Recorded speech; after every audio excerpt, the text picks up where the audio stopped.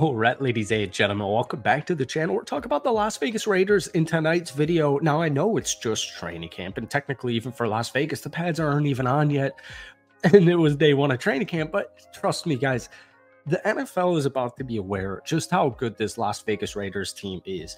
Everyone's going to make fun of them because of the quarterback battle. You know, Gardner Minshew, Aiden O'Connell. Oh, my goodness, mid versus mid. Don't care.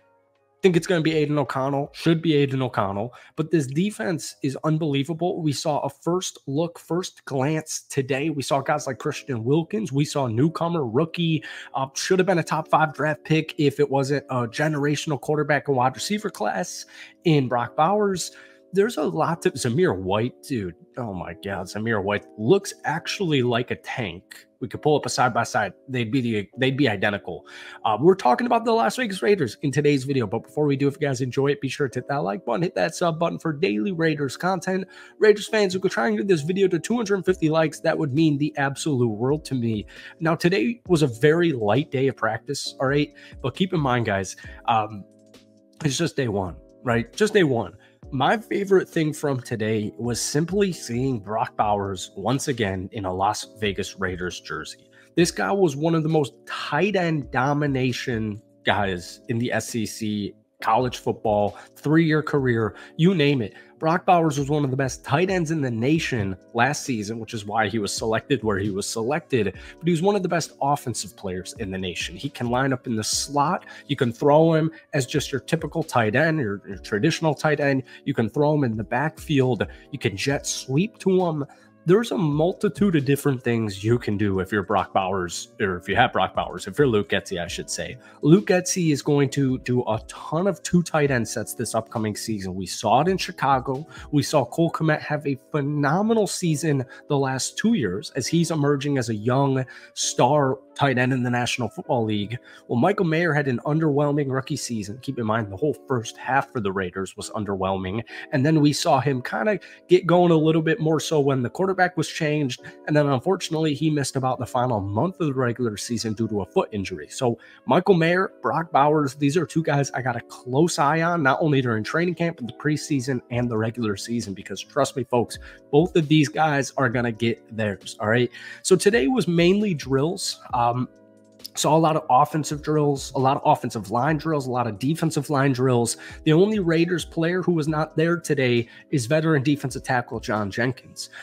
Running backs got some work. We saw Aiden O'Connell and Gardner Minshew get some reps against the defense today. Keep in mind, once again, today, this is coming from Tashawn Reed, a writer for the Las Vegas Raiders. The Raiders largely worked on individual, group, and special teams drills today. There was only one period where the offense and defense faced off, and that was mostly comprised of quick, short passes. Light day to ease the guys into things. So apparently there was a joke. I've actually got it here. This is from Vic Tafer. I think he's with The Athletic. He said, "It's early, but the 2 best throws at camp have come from Anthony Brown." Not really sure what to make of that. But yeah, I heard that Aiden O'Connell and Gardner Minshew were getting the reps against the defense today. Injury report is not looking great. But we'll do roster moves real quick. So Darian Butler, Jake Jonahan, Jax Powers-Johnson, JPJ, Jalen Guyton, Colton Miller, they're all on the physically unable to perform list. And then Michael Gallup retired yesterday. Retired. So I guess his leg never came back fully healthy. This is, I'm not going to say good, but this is good for guys deeper down in the depth chart to make a name for themselves. Once, Jalen Guyton, dude coming over from the Chargers, unfortunate he's injured because this would be a huge opportunity for him. I got a keen eye on Trey Tucker this upcoming season, but especially in training camp, just because I want to see some hype. I want to see some raised confidence because his speed is unbelievable. But yeah, Colton Miller missed OTAs after offseason shoulder surgery. He's now on the physically unable to play list. So that's unfortunate, but yeah. And then JPJ, unfortunately, suffered a shoulder injury that cost him to miss most of OTAs.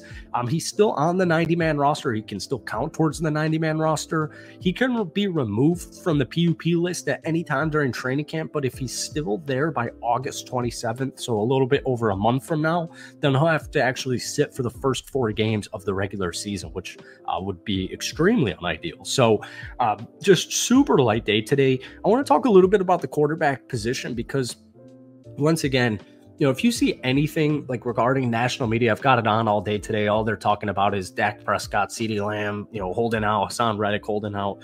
Probably won't see the Raiders in national media during training camp, like probably much at all. But if you do, it'll be regarding the Gardner Minshew, Aiden O'Connell situation here.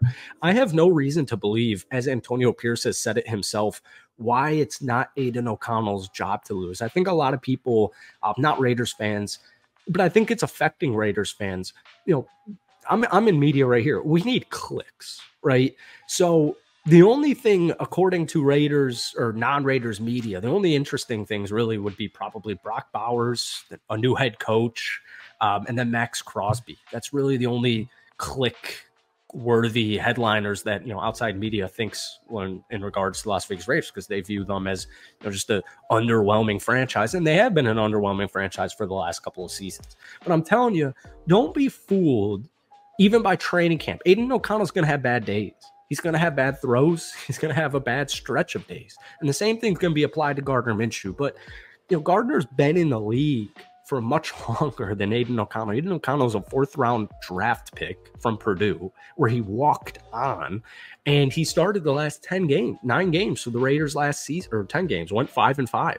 And I just think, if Aiden O'Connell does not actually win this job, I will be very upset, because it does mean, let's start looking at some mock drafts. Let's start looking at some impending free agents or some trade ideas to bring in a competent quarterback. Because, folks, Davante Adams, Jacoby Myers, Trey Tucker, Brock Bowers, Michael Mayers, Amir White, Alexander Mattison, whoever's throwing the football's got plenty to work with here. All right. So the Raiders are still going to be a competitive group next season.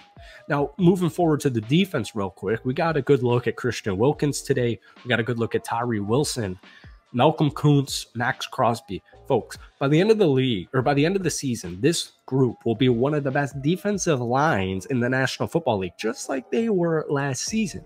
But Malcolm Kuntz, and keep in mind, this is Patrick Graham's 3rd year as the defensive coordinator for the Las Vegas Raiders. So I have a feeling whenever Aiden and Gardner are going on 7-on-7s, 11-on-11s, the defense is probably going to dominate them for the first couple of games or the first couple of practices. And that's probably what you'll see in the news or in the tweets or whatever.